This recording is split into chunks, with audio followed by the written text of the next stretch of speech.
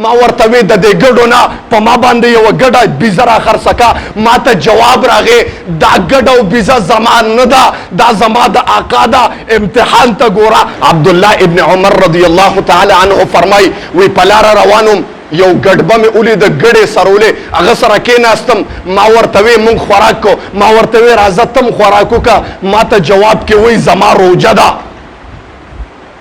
ما وی ربا په دې ځنګلو کې گڑبر و جنی ولیدا ایمان خبر کوم جی آمنو کما آمن الناس اللہ فرمائی دا گڑبر و جدا ما وراشه دا ایمان دمرا قوی دے امتحان پہ اوکا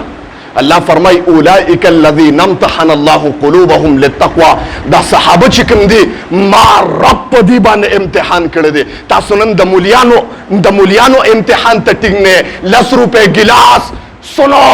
گلاس 40 روپے دے تنن 10 روپو تا ٹنگ دے دا خود امتحان تا بکم دینا ٹنگ شی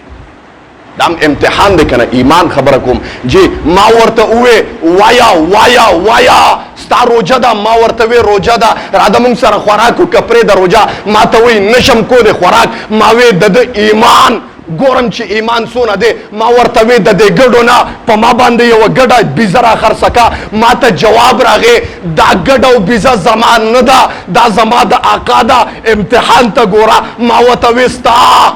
آقا نخبری گی ستا مولا نخبری گی پا ما گڑا را خرسکا خوراکم در کم پیسیم در کم آقا تا سپت لگی دا اغدا طرفنا جواب راگے این اللہ زمان رب کم زیدے زمان رب خو ما تا گوری کنا ایمان دے جی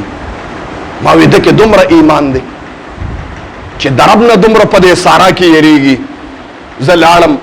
آقا لائلالم آقا تے ما اوے چی پلان کے غلام دے وی ایو زمان غلام دے گڑی بیزے سرائی ما اغل حیوز ورکا غلام سرا دا گڑو میں واغست چی غلام میں واغست رالم وی دغه گډبا خپل آقا له چیلې بیزه او رسوله وی هغه ورته وی چې بای